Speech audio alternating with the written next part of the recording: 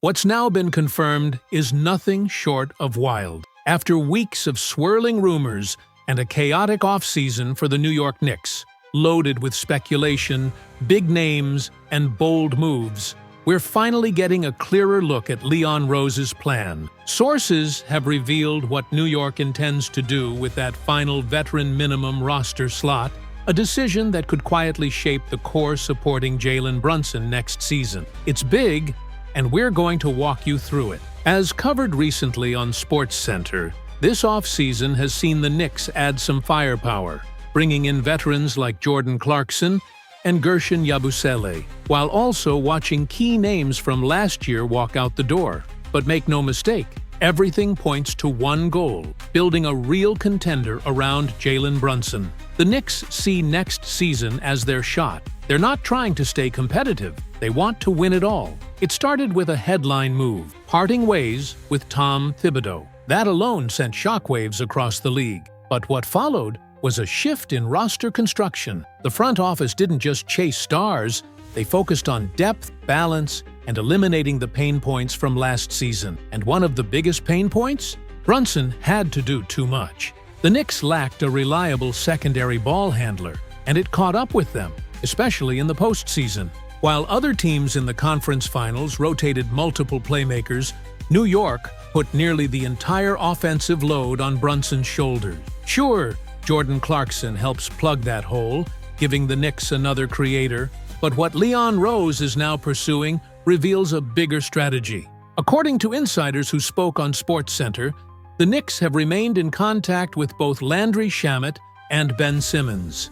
And yes, Simmons is still very much in play. Despite the skepticism around him, the Knicks haven't closed the door. Multiple league insiders confirm that talks have continued during free agency. And even though Chris Paul and Russell Westbrook are also still on the board, all signs suggest that New York's focus isn't just about chasing star names, it's about fit. That's why Landry Shamet continues to be part of the conversation. There's still mutual interest between him and the Knicks, but as of now, the frontrunner appears to be Simmons. In fact, several reports, including NBA Trade Report, have stated that the team's final roster spot is likely to go to either Simmons or Shamet.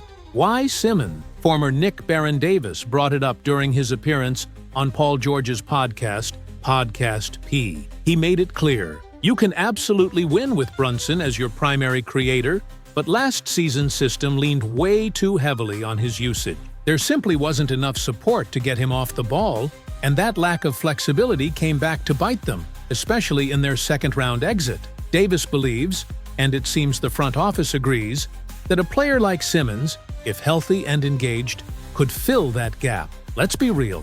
Every other top-tier team in the playoffs had multiple ball handlers. New York had Brunson, and not much else. Deuce McBride is more of a shooting guard. Tyler Kolek, though promising, wasn't ready. And the coaching staff clearly wasn't ready to lean on him in real games. So Brunson had to carry it all. Scoring, playmaking, late-game execution. It was heroic, but not sustainable. And that's where this roster move becomes crucial. Whether it's Simmons with his playmaking, size, and defense, or Shamet with his spacing and veteran poise, the Knicks are aiming to correct a fundamental flaw from last season. And they know Brunson can't keep being the only guy running the show. The decision on that final roster spot won't just round out the bench. It might define how far this team goes. And now that the front office has revealed its cards, we're going to keep watching closely to see which direction they take.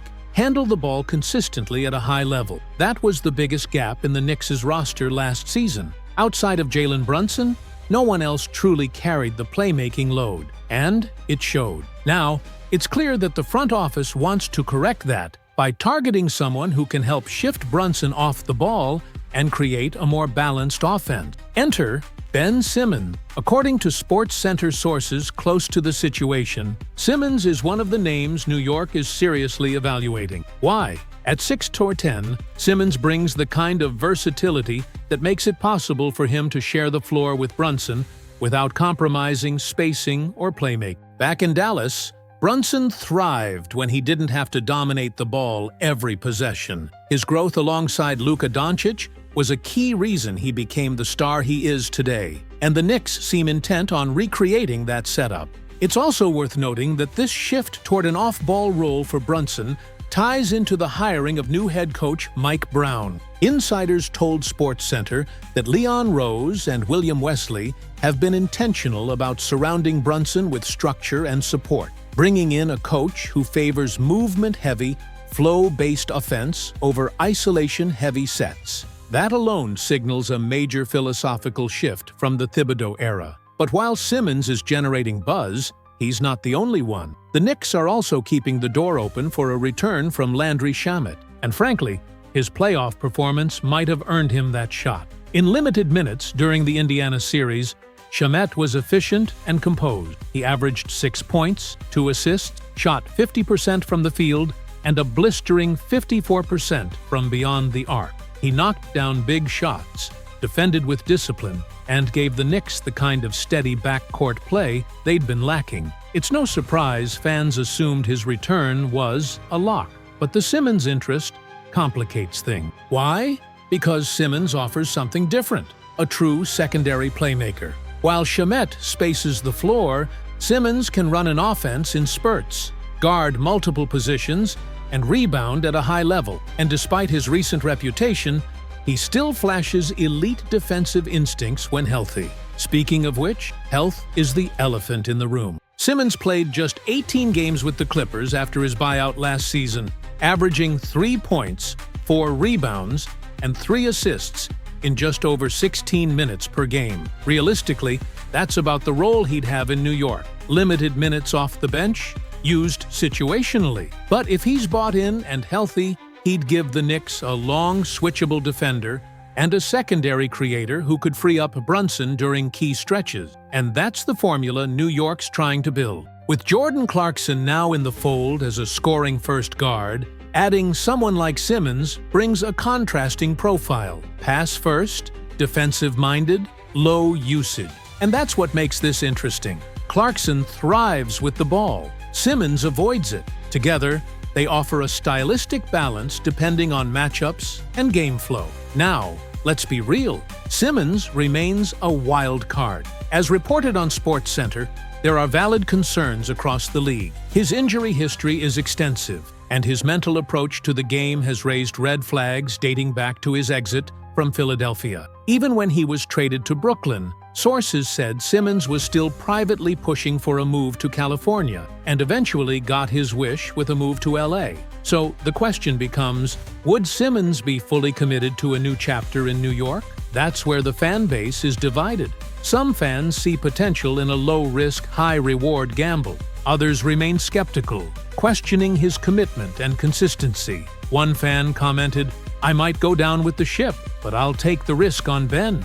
Another believes Mike Brown could help Simmons recalibrate mentally, bringing structure and accountability that might be missing elsewhere. Still, the idea that there would be no pressure on Simmons in New York? That's debatable. This is still the Knicks, still Madison Square Garden. Pressure lives here. And Simmons would be expected to contribute even in a limited role. His job wouldn't be to carry the offense, but to support it, to defend, move the ball, and bring maturity to second-unit possession. Others remain unconvinced. One fan harshly quipped that Simmons would fit in with a losing culture, a jab that reflects lingering doubts about his competitive fire. Ultimately, this is the dilemma the Knicks now face. Simmons offers upside, but with risk. Shamet offers stability, but perhaps a lower ceiling. Some have even floated names like Russell Westbrook or Chris Paul as alternate solutions, but neither is viewed as a long-term fit given age and style. For now, the Knicks are weighing their options. A final decision hasn't been made, but according to SportsCenter insiders, Simmons continues to receive serious consideration. And if the front office pulls the trigger, it could be one of the boldest, low-cost moves of the offseason. Ben Simmons still knows how to play basketball. He hasn't forgotten how to pass, rebound, or defend. Those classic Ben Simmons skills are still there. The real question is, does he want to play? That's the concern. There's no clear indication that he's ready to fully commit again, and that's what makes the idea of signing him risky. On the other hand, Landry Shamet brings energy every time he's on the floor. He clearly wants it. And he'd give the Knicks that fast-release shooting threat they've been lacking, something they probably should have addressed in the draft with someone like Kobe Bufkin. Although, I've really liked what we've seen from Mohammed so far, and we'll get into more on him very soon. So stay tuned for that, and plenty more Knicks talk. Where do you stand on the Ben Simmons debate? It honestly feels like New York is leaning toward Simmons over Shamet at this point. I don't have any behind-the-scenes info, but based on everything circulating online, the buzz is leaning heavily toward Simmons. There's a belief that maybe, just maybe, he could thrive in Mike Brown's up-tempo system and turn his career around. Stranger things have happened. Drop your thoughts in the comments. Be sure to like this video, subscribe, and turn on that notification bell so you never miss another update. Take care, and go Knicks!